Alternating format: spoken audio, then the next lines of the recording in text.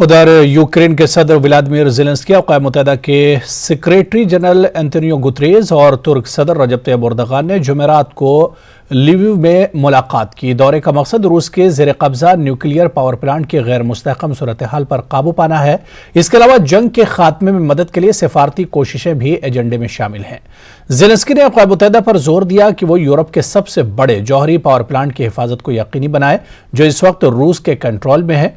Zelensky ने Erdogan से भी मुलाकात की और अनाज की बरामदात, ज़ेपोरिज़िया पावर प्लांट में लड़ाई और जंग के सिफारती हल पर तबादला ख्याल किया। काबिल ज़िक्र है कि एर्दोगान तकरीबन 6 माह कबल जंग शुरू होने के बाद से यूक्रेन का पहली मरतबा दौरा कर रहे हैं।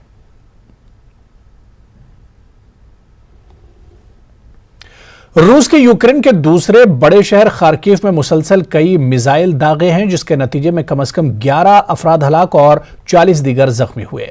यूक्रेनी सदर ज़ेलेंस्की ने इस हमले को शर्मनाक करार देते हुए इसकी शदीद अल्फाज में मजम्मत की है। इलाकाई गवर्नर ने टेलीग्राम के जरिए कहा कि यह बदकिस्मती की बात है कि बमबारी के नतीजे में हलाक और जख्मी होने वालों की तादाद में इजाफा हुआ है। उन्होंने मजीद कहा कि रूसी बमबारी का निशाना बनने वाली इमारत में आग भड़क उठी थी। हुक्काम ने बताया कि खार्किव पर हमलों के नतीजे में रिहायशी इमारतों और शहरी बुनियादी ढांचे को नुकसान पहुंचा। खार्किव की इमरजेंसी सर्विसेज के तर्जुमान ने कहा कि इन्हें खदशा है कि मलबे के नीचे मजीद लोग फंसे हुए हैं।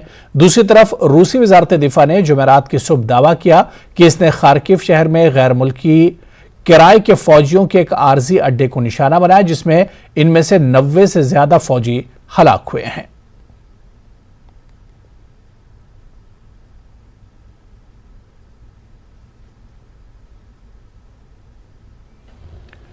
रूस का कहना है कि अक़वाम मुत्तहिदा के सेक्रेटरी जनरल एंटोनियो गुतरेस के दौरे के दौरान यूक्रेन इश्तियाल अंगेजी की मनसूबाबंदी कर रहा है। मास्को से खबर एजेंसी के मुताबिक रूस ने कहा है कि यूक्रेन के जौहरी प्लांट ज़ापोरिज़िया और इसके करीबी अजला में कोई रूसी भारी हथियार नहीं है।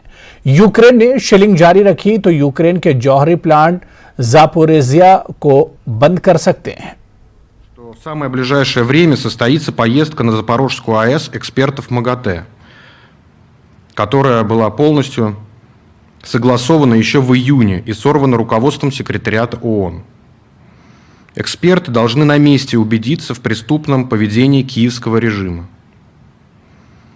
Киев много раз демонстрировал свою способность устраивать провокации и отсутствие возможности контролировать националистические формирования.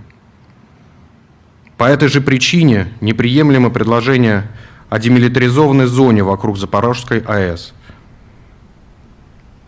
Их реализация сделает станцию еще более уязвимой. ताइवान की फ़ज़ाइया ने जुमेरात को चीन के मिसाइल हमले के जवाब में मिसाइलों और तोपों के साथ फ़ज़ाई मशक़ें की। एयर डिफेंस और मिसाइल कमांड से मुंसलिक फौजियों को पीपुल्स लिबरेशन आर्मी की जानिब से नकली मिसाइल हमले के जवाब में मशकों के दौरान ताइवान का तैयार करदा स्काई बो-3 एंटी एयर मिसाइल और लिकॉन 35 एंटी एयर तोप चलाते हुए देखा गया। चाइनीज पीपुल्स लिबरेशन आर्मी ने 4 अगस्त को ताइवान के शुमाली मशरकी और जनूबी साहिलों से 11 डोंग फिंग बैलिस्टिक मिसाइल दागे जिसका मकसद ताइवान को खौफजदा करना था।